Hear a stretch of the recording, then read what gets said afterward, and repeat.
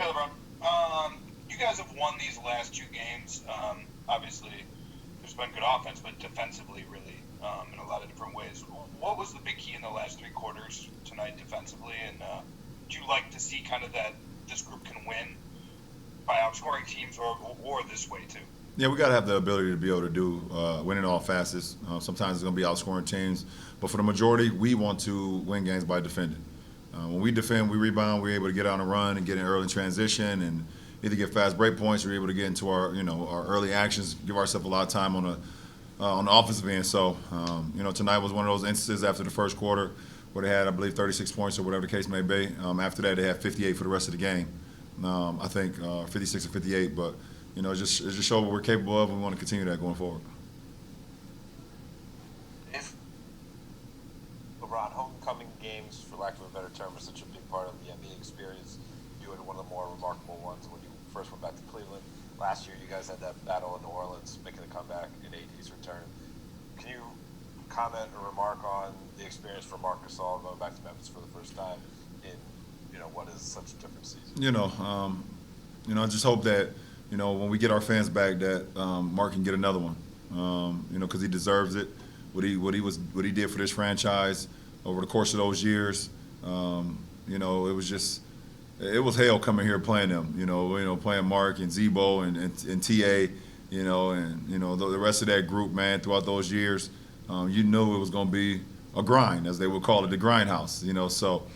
I truly hope that they re-show that video again when they get their fans back in here, because not only what he was able to do on the floor, he just meant so much off the floor as well. The guy actually, he even went to high school here for 2 years when Powell was playing in Memphis. So, he's been a part of this community for a long time. All right, a couple more. Bill Orm. Hey, LeBron.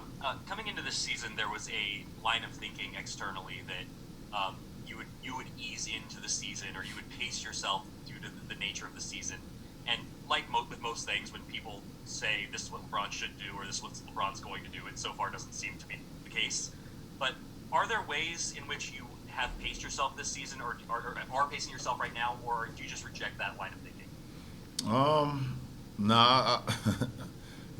I continue to take care of my body and take care of my mind to be able to endure whatever the case may be. And obviously the short layoff, the 71 days between, us finishing and having to get back re-going, it definitely put a monkey wrench into my usual regimen of rest in my body and then getting back and going full, hard core on my training. I didn't really have that opportunity to kind of shut down my body and then go and revamp my body and get ready for the season. It just wasn't enough time. So, being able to, it's a fine line now where how much we push, how much rest, and also stay in good rhythm, because we have built, myself and our team, we built so much great rhythm in the bubble that, want to try to continue that as much as we can. So, for me, it's always about just having my mind and my body fresh. And if my mind is sharp, then I can go out and do whatever I need to do on the floor, And if it's not, then it hurts not only myself, but it hurts our team. So, that's the most important for me. Last question, Calvin. LeBron, I guess there were a couple fans in San Antonio, and then maybe more fans tonight. Does that register? What's sort of the gradient of having, I don't know, more than 1,000 fans versus having a full? Well, it's a great feeling, to be honest, just to have anyone in the stands. It feels like it's been so long, since we had that, and it's been since March of 2020, since we, I think that last game at Staples when we played Brooklyn was the last time we had fans. So, to be able to come into an arena and just see a sprinkle or a dab of fans here, in the lower bowl or the mid bowl all the way to the upper bowl. Seeing a few of them sitting, I guess off side of court side. It's a beautiful feeling, and I hope we can continue to build that and continue to even get back at some point where we're packing the stadiums again. So obviously health comes first.